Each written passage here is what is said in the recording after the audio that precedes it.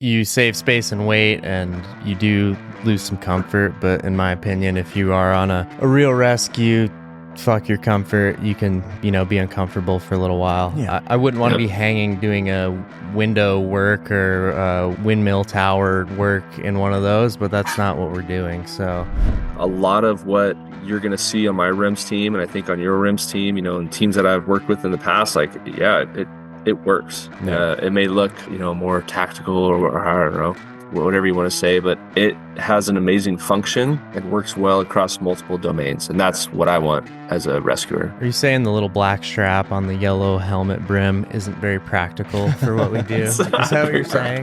At all. Or equally as important, not very cool. You look pretty stupid with that fucking dumb little black strap from the yellow fire helmet.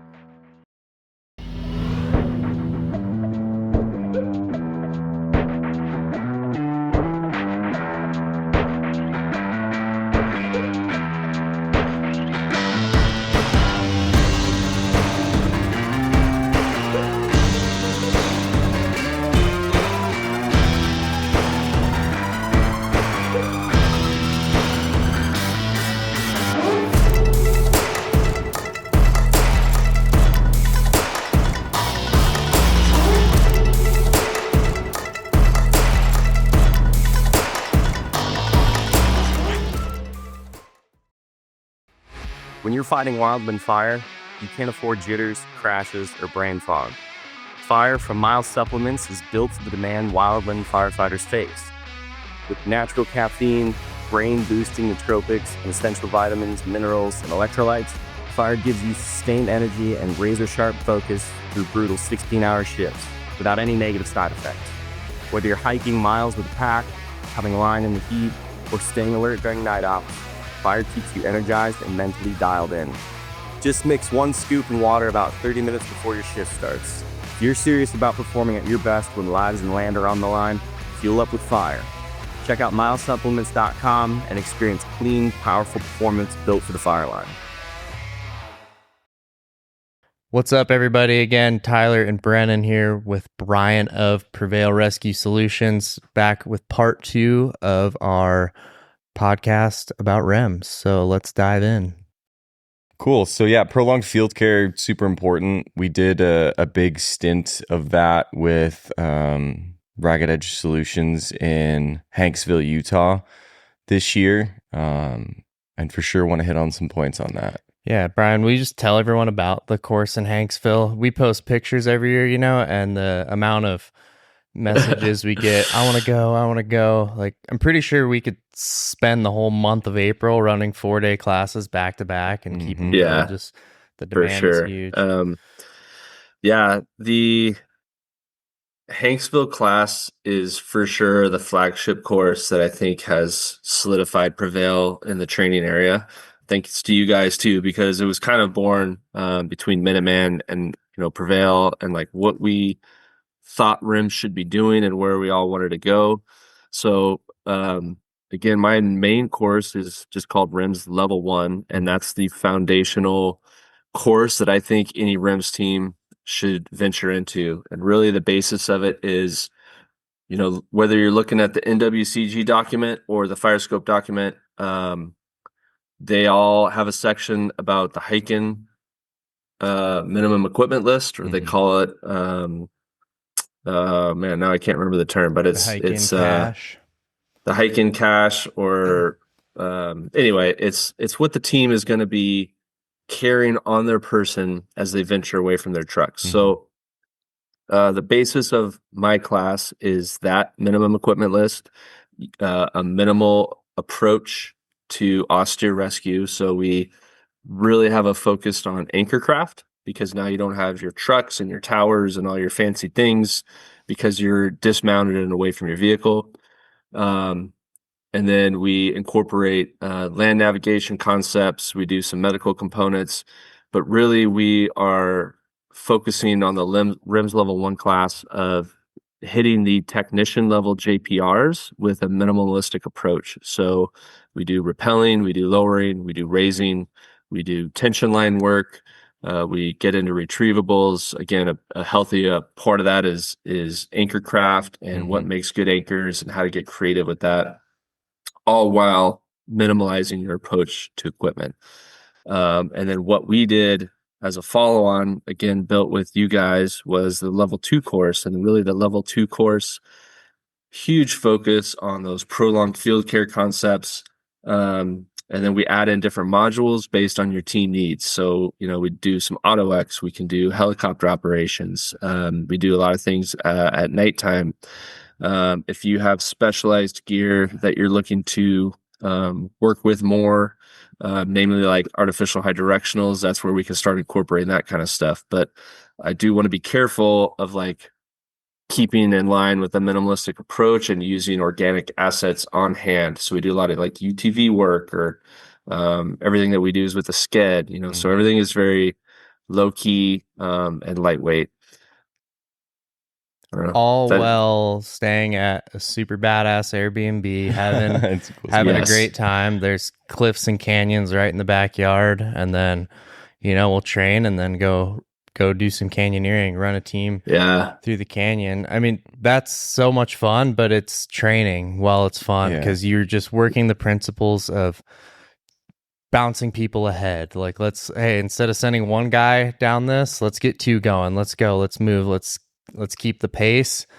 But, we're bumping music, having a fun time. People are falling in the puddles, and it's it's a blast. Yeah, I didn't even mention like the best part of like why we went there, because I will say that there are some people out there that make fun of me for choosing like Utah to go do REMS training, because they don't feel that arena is conducive to what REMS is supposed to be doing, and they're obviously missing the entire point that environment is completely deprived of anchors. Exactly. And does have some of the world's best canyons.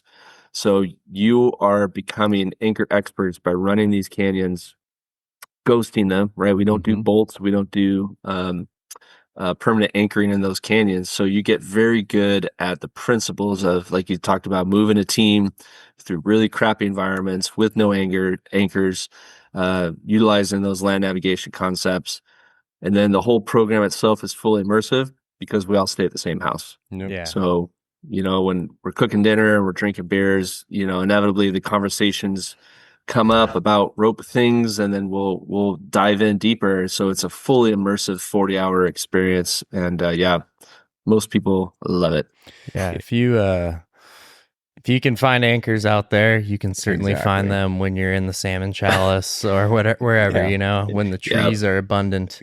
Because people are always like, "Oh, why go in there? There's no trees. What are you doing out there? There's no fire in the desert." Yeah, be like, well, when your fire burns down your trees and you have nothing left, and you're not comfortable using a sand trap or a dead man, like you don't know how to dig a proper dead man's. Hanksville, Utah is great for, like you said, building those anchors and then building the confidence with those anchors. If you want to go, you got to get in touch with Bryan or maybe us at Minuteman. We have limited seats because everyone wants to go. But if you're a company owner, I would get in touch with Bryan. I would say get that level 1 first too. Yeah, it's obviously the premier REMS training course, in my opinion. Just and the whole team aspect is awesome too. As the business owners, like, okay, how are these guys meshing? How are they? It's how we get along. And if we bring in new people, vetting them through like, okay, can we hang out with this fucking dude for weeks on end? That part of it's great. Like, we can teach you ropes. We can't teach you how to be likable and a good teammate, probably. So and I will say the Airbnb that we're using is epic. It's right on the back of a canyon. We have our own training backyard. Everything is very close, and the owners are part of the search and rescue team out there too, so they know kind of what we're doing and what we're trying to accomplish. So it's just everything kind of came together in one beautiful star-lined training program. Yeah, can't recommend it enough. But love it. Should we hit on we were kind of going into prolonged field care, and then we got like, what did we do this last time that was different, Bryan? And then we hit on the 9-hour scenario we did, and some of the things you saw, some of the team dynamics really come out when you're 9 hours deep in a scenario. You started in the dark At 7 p.m. Yeah. and at sunrise type of thing. And you can see the house right over the edge, and you're like, are we fucking going that way or what? Bryan, stop. That was epic. Mhm. So the premier training provider currently in prolonged field care is a company called Ragged Edge Solutions. I got linked up with them through some work that I was doing with the Committee of Tactical Emergency Casualty Care. They're called CTEC. And, we had started a conversation several years ago on, REMS, or vertical austere casualty management and what that looked like and how prolonged field care fit into some of these different arenas. So as this level 2 course was coming about, it was a natural progression to try and incorporate those PFC concepts with an already well-established training company. What they provided for us was a robust curriculum where for the week that we were in Hanksville doing rope stuff, we were then offshooting with PFC lectures and getting hands-on task trainers, and things like walking blood banks, or, Valkyrie blood programs. We were doing, finger thoracostomies. We're doing all those, Yeah. like all the big ticket items, but we were doing them with an austere approach with like organic assets. Like you're still resource depleted. So how can we accomplish these prolonged interventions, effectively with minimal gear? And then that all culminated into what ended up being a 9-hour training ordeal, which I think brought so many amazing lessons learned for your group and for the practitioners that were there, things that we didn't even anticipate. But we had multiple casualties, multiple live casualties, with full moulage, with a full training script that we were able to provide for you guys. Probably one of the most realistic training evolutions that I've seen, in my time to date. And so we had people reading, when we're training vital signs and trying to document, we already had a pre-established script with curveballs and things that were going to go wrong. And then we were incorporating that in a vertical rescue. So we had a course laid out where you were then executing all the principles that we'd expect a REMS team to execute, right?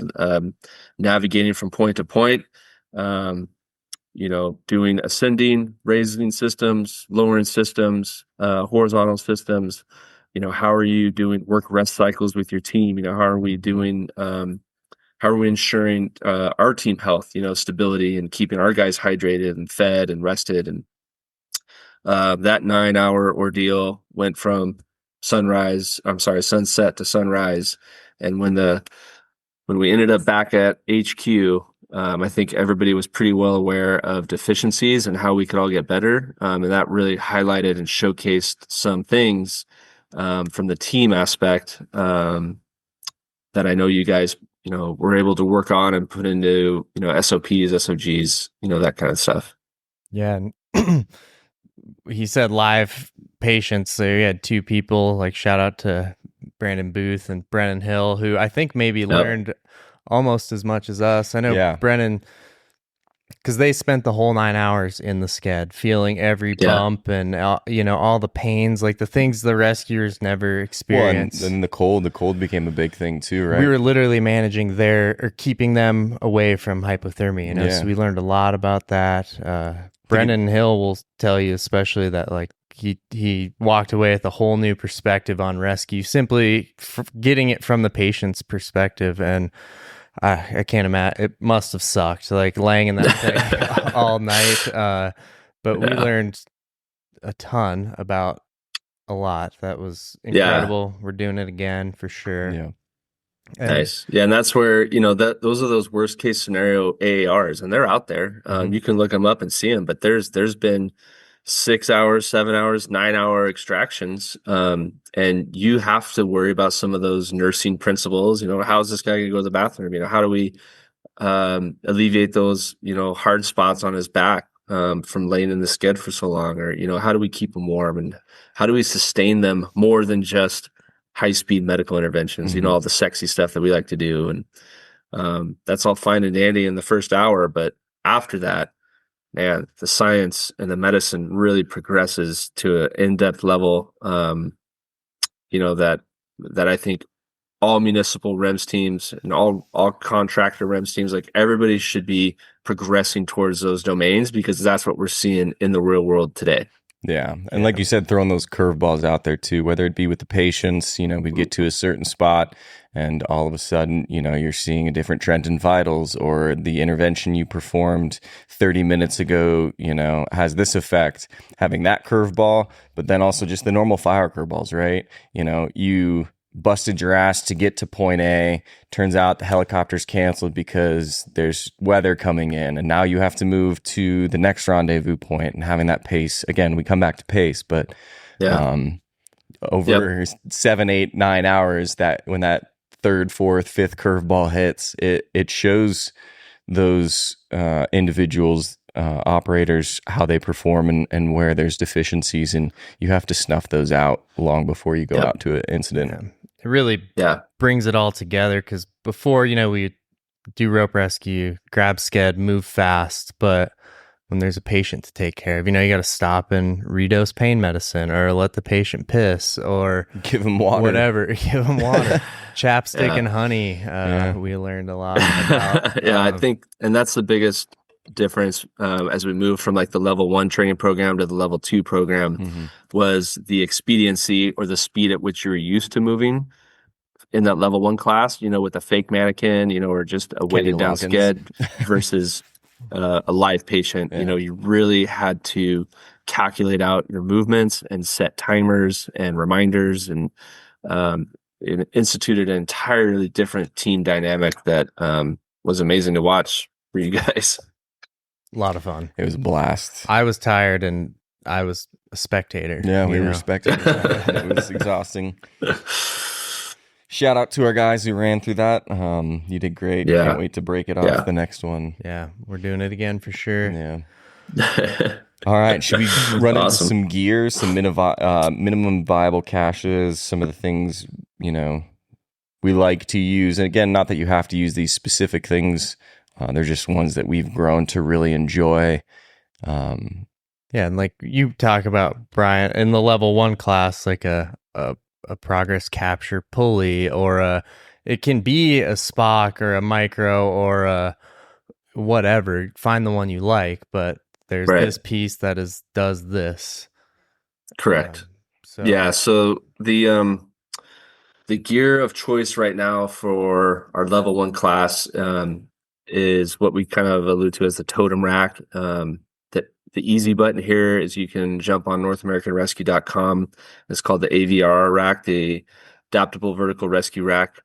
And that's going to contain all the components necessary to hit those established technician JPRs. So it has a descent control device, which is the Totem. And, I'll come back to the Totem, but the Totem is an incredible piece of equipment. Yeah. There are many like it, but in my mind, kind of the Totem is king. My first impressions of it, when I started using it, was like, man, it's clunky. It's not what I would anticipate, on a rescue rack. As we're trying to get everything to be small and light and fit in my pocket, like this Totem's just kind of big and clunky. Come to find out, there's literally 100 ways you can use the Totem, and it's very rarely what it was intended for. And then we have rope grabs and progress captures, and that's kind of what Tyler was alluding to. So in the class, yes, we're going to use, I like the Rope Man 2, and we really love VT Prusiks. So we have soft rope grabs, we have hard rope grabs, but, I'm not going to stand up here and say, man, you have to buy the Rope Man 2 because that's what I say. You just need to understand that it acts as a rope grab, but it also has other functions. I can use that as a progress capture device. I can use that as a load release device. So there's other things that we're going to use that for. And the same thing with the VT Prusik. If you are not already looking at the VT, or Sonai and slings and what they can do for you, you need to stop everything you're doing and look at that immediately. And that's like the one thing I wish I could change in the fire service today would be getting away from sewn Prusik loops 100%. and move to the VT. It just opens up a whole new world for you. And there's so many different ways to tie those VT Prusiks too. And then especially once they get weighted, whether it's by you as a third hand or within your system, many people have played with ropes, have those closed loop Prusiks, and God, they can be a motherfucker to break. Yeah, they're time consuming to tie. They're time consuming to break. Yeah, and the VT can be an anchor if you need it. It could wrap a small tree. It can be a personal tether. It can extend your system out during a knot pass. Like there's 1,000 things. It's hard to say what your favorite piece of gear is on the totem rack, but I know I love the VT. It can do so much. Yeah.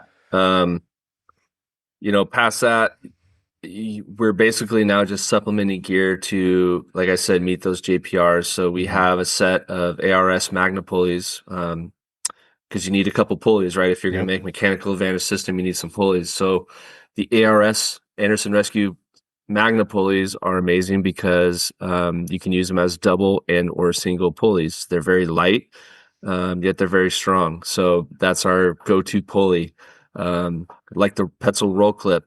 There's obviously other versions and variations out there on the market. So like just having an integrated carabiner with a pulley in it affords us to be able to build systems that much quicker. Yeah. We have a couple carabiners. We got a Prevail Prusik. We have a sling. So like if you're starting to talk about a bare minimalistic approach kit, like that's kind of it, this totem rack that we're using. And my goal during my courses is to show you what the far side of that spectrum looks like. How small can we go? How light can we go? But still keeping appropriate safety factors. And then you as the practitioner can then exit the class with an understanding of all these principles and how these things work, and then go back to your team and say, look, we'd like to integrate some of these, and you can do it slowly. Maybe, hey, we're just going to start with the VT, or like, hey, dude, we're getting rid of these maestros and these Grigris, and we're going to micro tractions, or Spocks, and we're going to this, we're going to that, because you're going to see how much faster and more effective you can be. And then how every piece has additional uses, right? Every piece is built on that pace plan on the rack itself. 100%.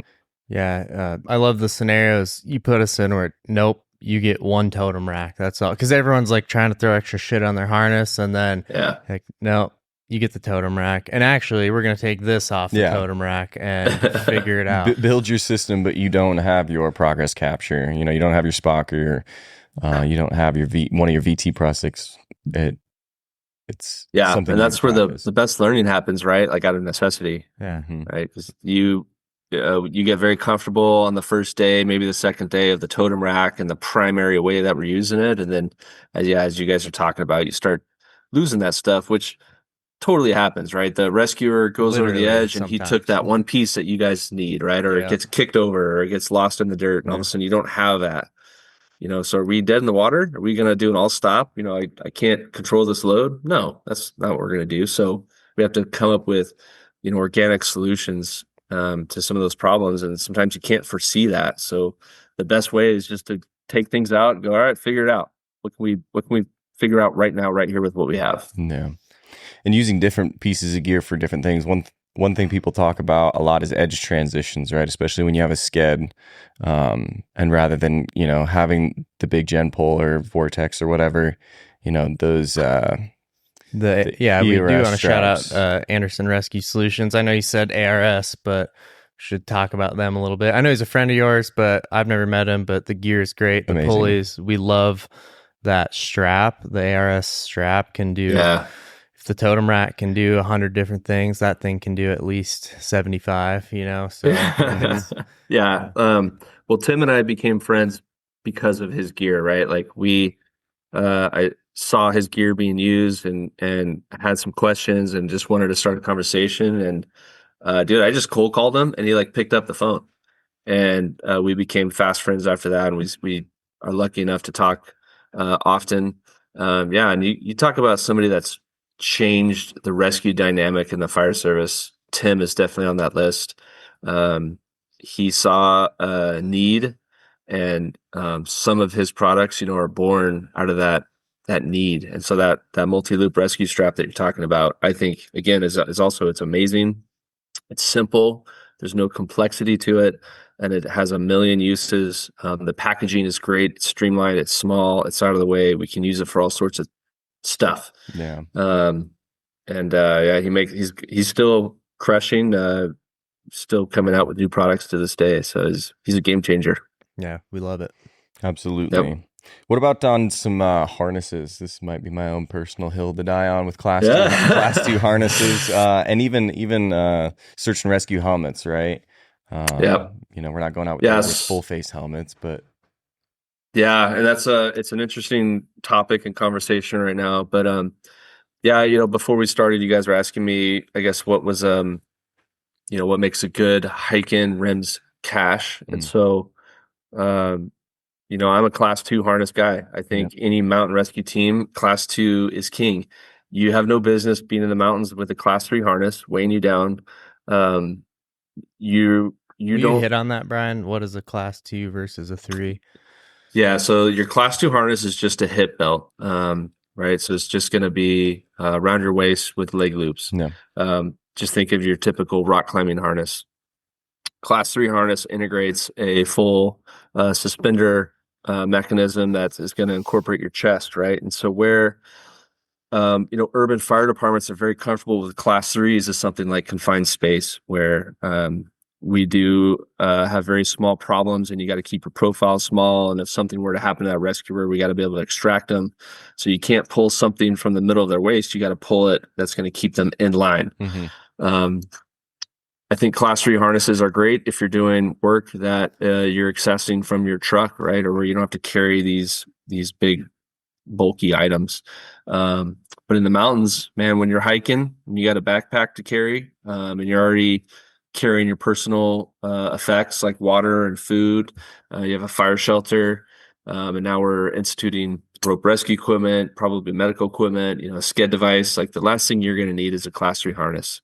And if you really look at the JPRs and the techniques that we're using as rope technicians, I don't see any viable option as to why I would need a class 3 harness, to be honest with you. 100% agree. Yeah, I think class 2 for life. And you guys that have trained with me know that there are some great tactical belt systems out there where you can actually just integrate an outer belt around your pants to help keep your pants up, and then when you need, that'll convert into a class 2 harness if you're getting vertical. And that's where I have a relationship with Misty Mountain. Mm-hmm. I'm a dealer for them because I believe in their products, and that's it. Like, I just like their harnesses. I like their modular belt systems that they sell. Yep. And for the REMS environment, like, they're lightweight and adaptable, and that's everything I want it to be. And durable. I've had my Misty Mountain harness for 4 or 5 years now. It's gone through many fire seasons, many canyons in Hanksville. Which, if you've ever run through a slot canyon, you know how your pants tear, your bags tear. Like, they have a quality product for sure. Absolutely. You save space and weight, and you do lose some comfort. But in my opinion, if you are on a real rescue, fuck your comfort. You can, be uncomfortable for a little while. Yeah. I wouldn't want to be hanging doing a window work or windmill tower work in one of those, but that's not what we're doing. So exactly. Yep. Yeah. It's all has to do with the context of your anticipated area that you're going to be working in, which we're not going to be vertically on ropes a lot at all. Right. Yeah, then some of the other things you mentioned too are like helmets, leather gloves, good boots, ripstop. But I'm a huge fan. Yeah, ripstop, absolutely. I'm a huge fan of Team Windy. So, me and all my instructors wear Team Windy helmets. I really believe in that product. Again, I don't make any money, or I'm not endorsed by them or anything like that, but they just have a good product that fits all of our needs, right? So, their impact protection system, the comfortability, the ability to integrate, lights, night vision, comms, all that stuff is in one helmet. And so, as we talk about equipment and what REMS is doing and where they're going, there's no reason to reinvent the wheel when there's already military mountain rescue teams out there. And they have a very similar formula, a very similar mission set. And so because I have, some interest in that tactical realm, I tend to look at a lot of their equipment and get to work with those teams quite a bit to see what works and see what doesn't work. But man, like a lot of what you're going to see on my REMS team, and I think on your REMS team, and teams that I've worked with in the past, like, yeah, it works. Yeah. It may look, more tactical or I don't know, whatever you want to say, but it has an amazing function and works well across multiple domains. And that's what I want as a rescuer. Absolutely. Are you saying the little black strap on the yellow helmet brim isn't very practical for what we do? Is that what you're saying? Practical at all. Or equally as important, not very cool. You look pretty stupid with that fucking dumb little black strap from the yellow fire helmet. Yeah. Yeah. And that always brings up the interesting conversation. I don't think this is the time to get into it too much too, but a lot of teams will call and ask, well, what about shrouds? Your Wildland helmet shroud, or what about if you're driving a UTV, do you need a DOT helmet and 3/4 full face helmets? Full face. Yeah. There's like so much gray area going on in REMS. It's really hard to define hard and fast rules. And shout outs to the safeties and the teams and the divisions out there that see the big picture and realize it and empower their REMS teams to be effective rescuers versus the ones that say, hey, the rule book says this, you have to do this. Exactly. You have to do that. Like, we're not on the front line in an active firefight as a REMS team. I don't think we should be dressed for that mission, right? I'm not going to say a REMS team could find themselves in an active fire environment, but you should be empowered to make those decisions on your own in the name of safety and what's right, what's wrong, what's too burdensome, what weighs too much versus when to wear it. Well, and it's also consideration if you have all this extra stuff, a shroud, a specific Nomex with a collar, those are all things that, if you're rappelling down, that can get stuck in your device. Like, it's doesn't always apply. What's great for the guys fighting the fire doesn't always apply for REMS or anyone else for that matter. Yeah, for sure. Yeah, it's a tough conversation, and I'm not going to pretend I have all the answers, but I know it's happening out there. I think the best thing you can do as a team is just empower yourself with education and have those healthy conversations with safeties and divisions on, what makes you good and what makes you fast and effective and what weighs you down and what we can do to alleviate that. Yeah, it's important to have those conversations because there's REMS teams on fires doesn't mean a division leader knows what a REMS team is, does, has, can do. Hell, the medals a lot of times barely the medical unit leader who's, you fall under them when you're a REMS team. Like most with a capital M don't really know shit about our gear, what we do, how we implement it. So on top of that, most teams that are going out there are using different gears and systems, and so it's important. We've talked about it in a different episode to go up and talk to that REMS team and make sure you know what their capabilities are. Or if you are the REMS team, go to your division and make sure everyone knows what you have, what you don't have, the capabilities and stuff like that is super important. Absolutely. And that we spend a healthy time talking about that in my class. But the fire scope and NWCG documents are a very loose blueprint, right, on what is REMS. And it is always fun and interesting to listen to the national conversation out there because most people misinterpret it or don't understand how to read such a loose document. And they think that we're doing a disservice when in fact I look at it the other way where it's, dude, we're empowering teams to go be proactive and take a more creative approach to their rescue or kind of do what they want. But so with that, like what you're saying, you have to do, right? You have to be proactive in your approach. You have to go talk to people. You have to go train and interface with hotshot crews and air assets and the people working your division so they understand your capabilities. And those are going to change team to team, fire to fire. And those can all interweave within those guiding documents. And so it's really important to be a proactive team and take a proactive approach to REMS instead of sitting back, showing up, going, "Hey, I got this guiding document. I have all the stuff on this list. Punch us out to this drop point. And we'll be out there." Yeah. That's not what this community needs. You know. We've showed plenty of hotshot crews or wilderness mods or whoever the totem rack, and we've talked about this on another episode. Medically, like, technically we aren't really the first responders. I think we should help enable the crew in which the injured person is on to be the first responders, and I don't see any reason why a hotshot crew couldn't have a totem rack in the truck or cache somewhere and be able to pull off their own low angle rescue, because Even REMS if it's teams just getting to that guy. Yeah, we're not even there. They're doing project work and shit all the time where there's no medical, there's no REMS team. So I fully agree. I mean, that was the initial conversations that I was having, that night of beers with my buddies.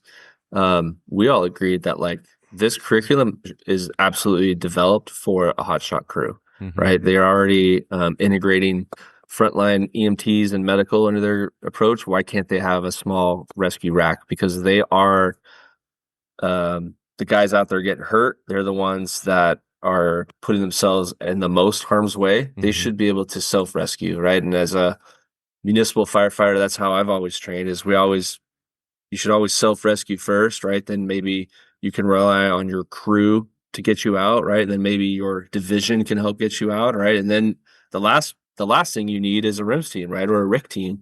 Those guys are going to take a minute to get to you, and it's a bigger, more robust extraction process, but you should absolutely be able to take care of yourself first. So I agree. So if you're listening out there, any hotshot crews, consider it self-rescue. Ask the questions, be the advocate for your team to maybe start implementing some of that instead of waiting for permission or a tragedy. Yeah. Yep. Well said. Are there any other pieces of gear, I guess, that, again, there's a million different kinds, but any that stand out in your mind as that you want to talk about? Yeah, we incorporate some things from the canyoneering world, as far as like looking at retrievable anchors and stuff. So I think toggles, and or fiddlesticks, have a definite place, on our REMS rack. And then of course, like out of that arena, I was able to develop, kind of one of my own. Most of the fiddlesticks and toggles that are out there are made of like a Lexan derivative. It's kind of like a plastic, and they're right? like a plastic. Yeah, they're meant to be light, right? It's a one person load. It's meant for rappelling in canyons and stuff. And so, as we were looking at retrievables in the REMS environment, I was able to kind of develop our own, but it's made out of aluminum, right? It's aircraft grade aluminum, and we're able to shape it in a way that makes it safer. And I'm not going to advocate that you look at rescue loads on a toggle device, but like in the same breath, shit happens. Exactly. And you're going to want, if we're already using toggles or fiddlesticks to aid in movement, why wouldn't be able to use it to aid in rescue? So, I don't know if you guys want to see my prick or I do want to whip see your it prick. out. Whip it out. But yeah, Let's see it. That's so cool. And it's great, right? Because this is, for those of you that don't kind of know, this is a retrievable anchor tool, right? Yeah. It's going to allow you to get all that gear down.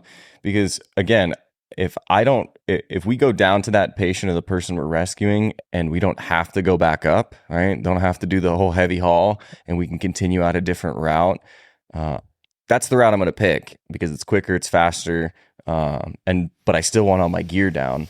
And the only thing I'm really comfortable leaving behind is webbing, because you can buy it in bulk and, Basically.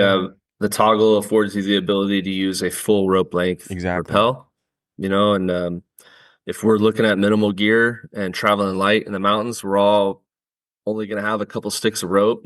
Every team's a little different. On my team, I carry 250-foot sticks. I think you guys are saying you carry 4 sticks, but they're all going to be shorter, right? They're not 600 feet. No. That shit's going to live in the truck. So you need the capability to retain all your equipment and stuff. So the toggle has been around for a long time. I was just able to take the same concept and just kind of design it more for rescue purposes. It's a little bit more robust, still has those safety mechanisms. Stands for the Prevail Rescue Insertable Control Key, right? That's why it's called the prick, right? Keep it punk rock a little bit. Love it. You know, it wouldn't be the first time that we've seen it being used and then something happens and we have to haul back up, right? Or we're moving back up the ropes. And that's the general rope rule anyway, right? If you're going to go down, you have to be able to come up. So you might as well have something that still is lightweight, but is maintaining safety factors that are acceptable to most teams. Yeah, we like the ERS strap. It's called emergency rigging strap. It's a little hard to find, but just having some sort of commercialized rigging strap is good. We like the Sked from Skedco. We very quickly learned we do not like Stokes. We do not like the one wheel approach. It's cumbersome. It's doesn't move fast. Takes a lot of people to really use it effectively. So we basically using Skeds for everything, and we have adapted ways to use it in all environments where some people would say, oh, well, you have to use a Stokes basket here for this purpose. Well, I figured out how to do it with Skeds. Exactly. So try and keep it real light. Again, we can use it for other things other than patient packaging. You know, I think a set of 4s is always a good thing to have, at least one per team, if not one per person. Or know how to make one with the shit you have. You know, and some exactly. cord. Yeah. And that's like, you look at the Totem rack and it comes with some pulleys and, you know, we have some X-Tech cordage available. Like, yeah, we can make a little mini set of 4s or some people call it a pig rig, you know, very quickly. Yeah.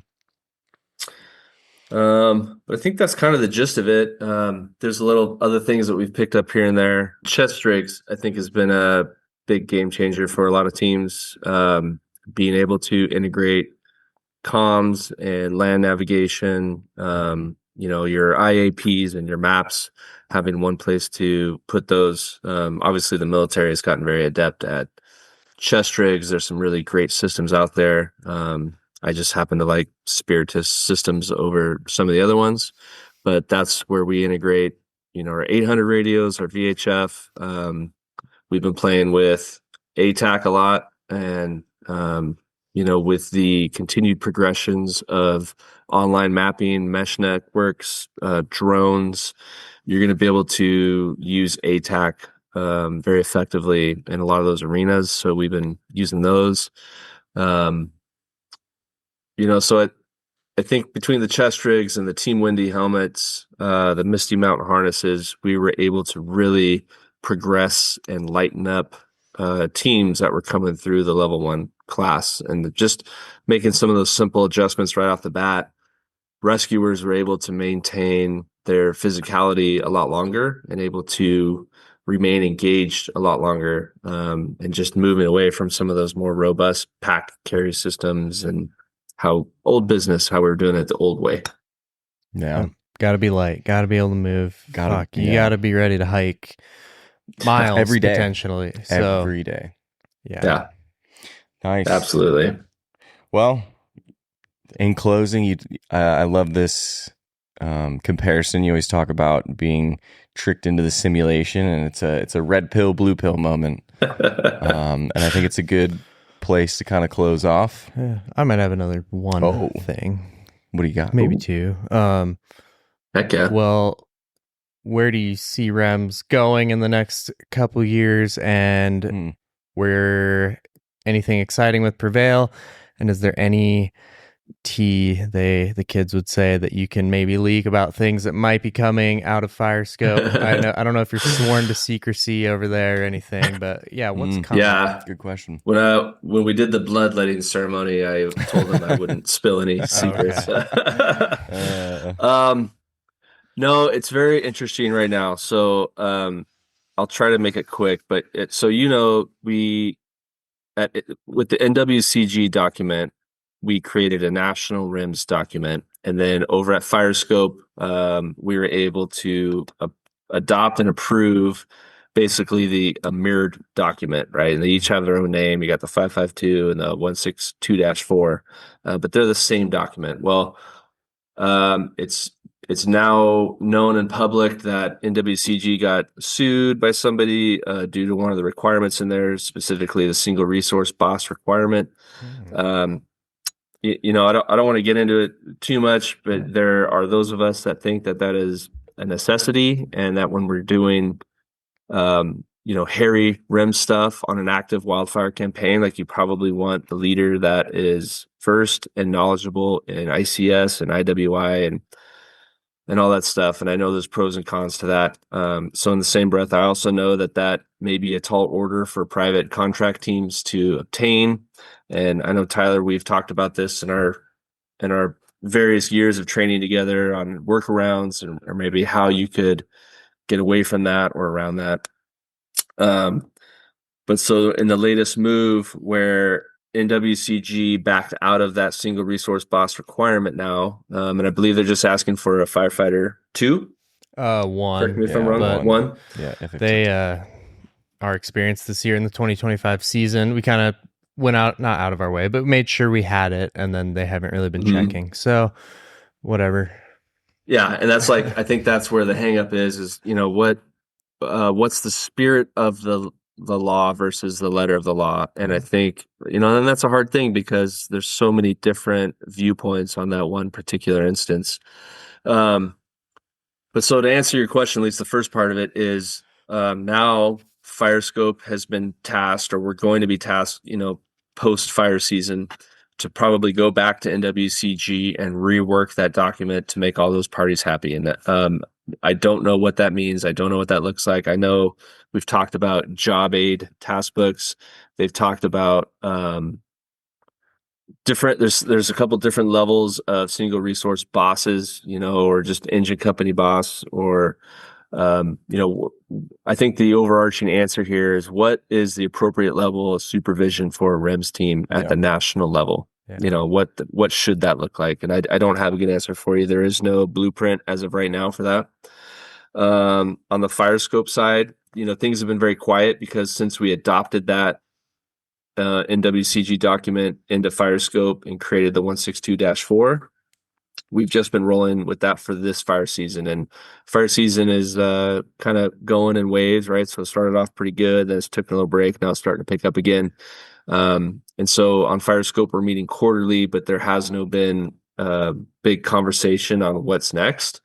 I do know that we are still active as a group, and we do plan on meeting. I can tell you some of my personal goals for that group, and what I would like to see as far as the future of REMS goes would be to, one, look at training. I think training, we have these guiding documents that tell you equipment to carry and what a REMS team looks like, but we have nothing that says how you should be training. And so this entire conversation that we just had needs to be talked about at a national level, and what that means. I personally would like to see those documents reworked. I don't think that putting a bunch of numbers on things is helping anybody progress our discipline, right? So if you say you need 9.5 to 11 mil rope, a lot of teams' very first question to me is, well, how are you using 8? And how do we get away with that? And I said, well, if I'm more interested in the strengths, right? My 8 mil rope, Havoc rope, is around 27 kilonewtons, and that exceeds the NFPA's recommendation of a technical rated for strength, technical rating, right? So in my mind, size has nothing to do with it. Size right? doesn't matter. Ladies? You heard it here first. So yeah, I'd much rather see strength.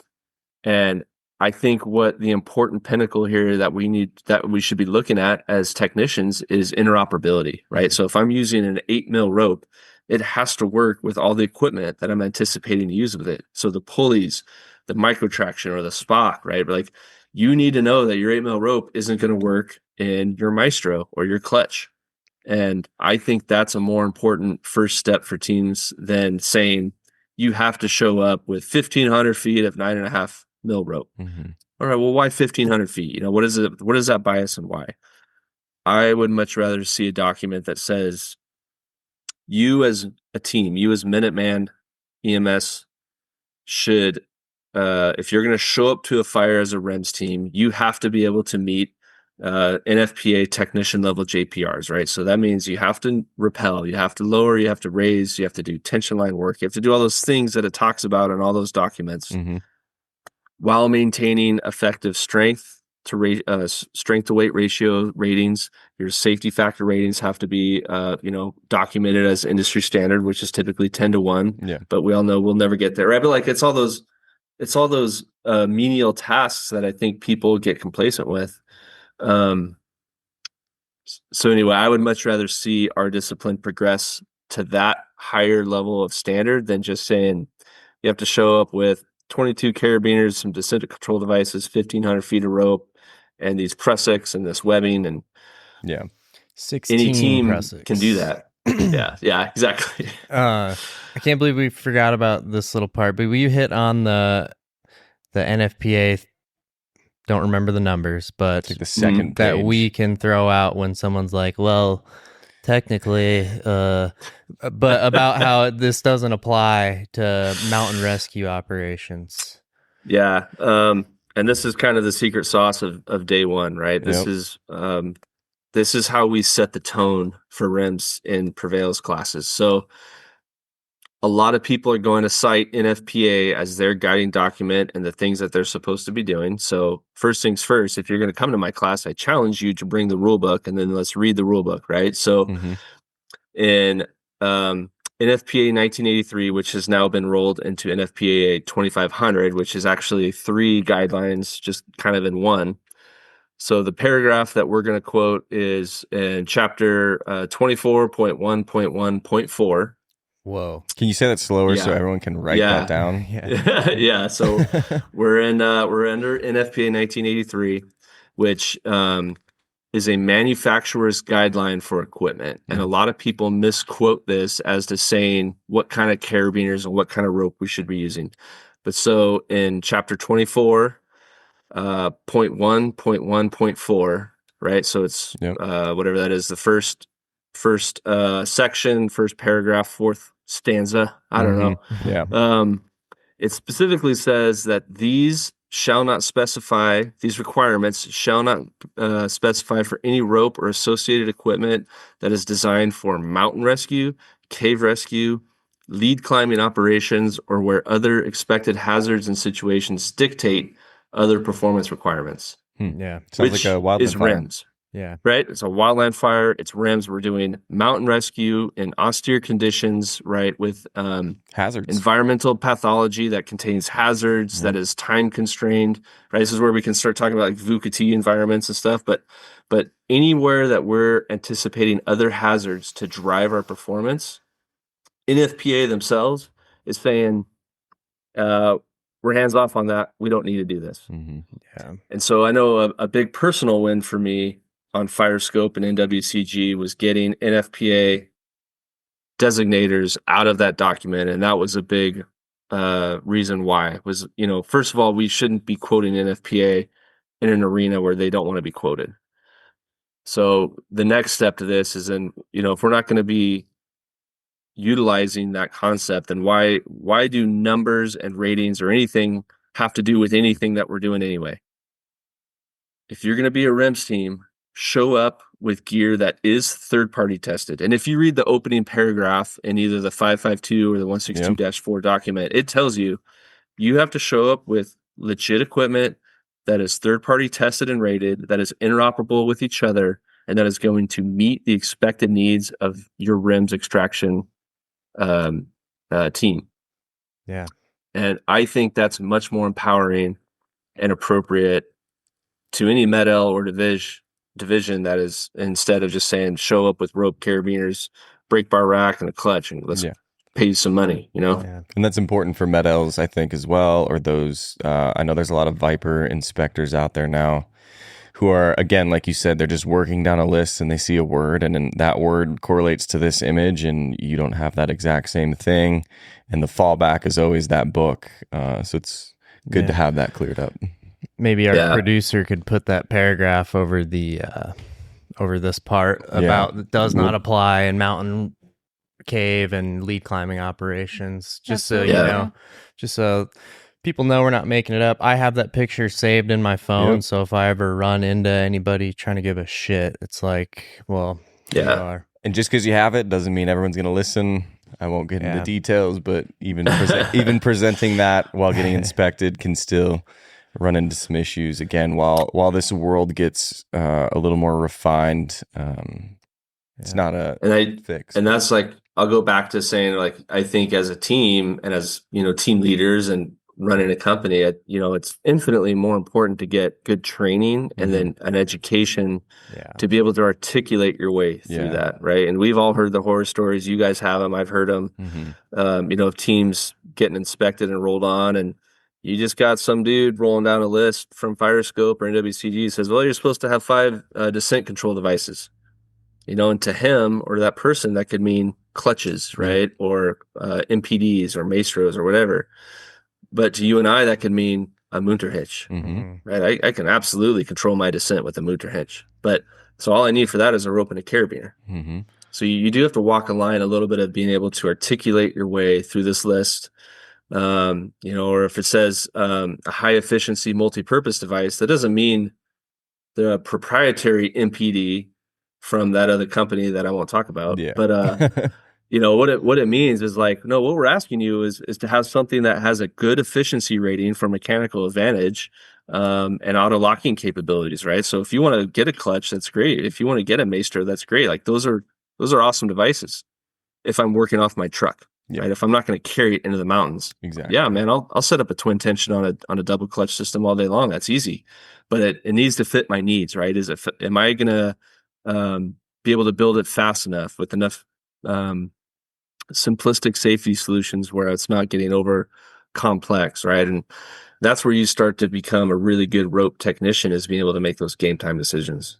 Yeah. And since you do sit on these boards, I have some friends that would be a little upset if I didn't mention something. Like, we're members of the NWSA, National Wildfire Suppression Association, which has a medical committee and then a subcommittee for REMS. So would love to have you in on some of our meetings at some point. But from us, the company owners who want to do well and do it right, like, we're not trying to avoid inspections. We're not trying to avoid buying gear. We're not trying to cut corners. In fact, we've been pushing to be inspected. I know there's other companies out there that are like, no, like, we're checking in, inspect us. Like, you tell us all this shit we had to buy, which is part of it, but like, we want to be inspected. We want the standards to be enforced. We want to be better. So yeah, I agree. I think the unfortunate thing is that, or what we've seen, is it takes that one rotten egg, right? The one guy, Billy Bob from Louisiana, that wants to weld up a brake bar rack in his garage and show up with a gardening trailer with his right on top lawnmower, and some manila rope from Home Depot, and call himself a REMS team and make a bunch of money. Right. And it's unfortunate because there are those stories that are out there. And there's those people that are just trying to make a buck. And it's not just in REMS, right? It can be with water tenders. It can be with dozers. Like, all those subset areas have those particular issues. And just like in everything, in every industry, that one person, that one rotten egg, ruins it for the rest of us trying to do the right thing, trying to be progressive, trying to institute the best possible paradigm shift and robust programs that we can. And I know at the conversation with NWCG, I learned a ton, because as you look at the national picture, it wasn't, coming from Firescope, I'm coming from California as a municipal cooperator, and you think you're the center of the world, right? And then you come to find out you're not. There's 80% of America is out there doing something totally different. And we had to be able to incorporate a lot of those other people. But there is a worry that people are out there just trying to make money and will bastardize a REMS cache together, have it be completely unsafe and inappropriate, and roll up to these fires that are unmonitored and unmaintained, and sneak through the gates, and it's scary, man. They've been caught before. They get kicked off of fires and they get talked about, but I don't know if anything ever really happens or if they get blacklisted or Right. how that works, Yeah, we want to be the best we can, and we want to be inspected or follow the That goes regulations. for most companies out there, like, most of the good ones. Exactly. So yeah, we're not trying to duck out of anything. No, and I appreciate the invite, man. I'd love to come talk and get your ideas on what I can bring back with me, to NWCG and Firescope, and like, let's change the conversation, man. It shouldn't just be me and 6 or 7 other guys sitting around a table figuring this out. Like, it needs to be a national conversation, and I know there's enough opinion out there being put publicly that it garners attention, right? It needs to be addressed. So I appreciate that. Absolutely. You got anything else, Brian? I do not. Anything from you, Brian? I guess the last thing for me is, Brian, how do people find you? Yep. I'm sure people are going to want to train with you after this. People already do. Yeah. How do we find you? How do we train with you? It's awesome. Yeah, I hope so. So I have a website, prevailrescue.com. You can find open enrollment courses that I'm doing on there. But to be honest, most of what I do is closed, whether it's tactical teams or REMS teams. I have a new course called SOAR that is kind of a gray area fit in between module, right? So basically, if you are interested in doing lightweight rope work, integrating medical components or other organic extraction techniques, like, I think SOAR is going to be a cool class. And then I'm on Instagram. That's pretty much how I market what I'm doing or announce different projects that I'm working on. So it's Prevail Rescue Solutions, all lowercase, and it has the underscore in between each word. But that's how you find me on Instagram. And that's kind of it, man. But I travel all over. It is a mobile training program. I bring it with me. I bring my instructors with me. That's the nice thing about doing lightweight rope work is I can throw everything in one bag and just kind of show up. And, we'll figure out a place to go do some training, man. Like, I've been out to see you in South Dakota. Obviously, we go to Utah. Been across all the Pacific Northwest, in Idaho. So we definitely get around and work with any team that's looking to increase their vertical mobility. Yeah. And Brian can also, not to be forgotten, found on the Journeyman. I know you do post your courses on there as well. So yes, if you're on the platform, keep an eye out for Brian's classes. That's might be one of your best ways to find the open enrollment ones. Yes. Agreed. Yeah. When those come out, I'll post on the Journeyman and my Instagram page first. And those pretty much always sell out. So you got to be quick. Ooh, you got to be quicker than that. You got to be quick. Hell yeah. Well, thank you, Brian. This has been the best, first interview we've done on a podcast. 2 hours just flew by, and I'm sure we could do hours more. So we'd love to have you back at any time. You're always welcome. Man, I love you, bro. Happy to. I love you guys too, man. Thank you so much. I think it's an awesome platform, and what you guys are doing is changing the whole world. So keep it up, dude. Proud of you guys. Thanks, dude. Talk soon. Yeah.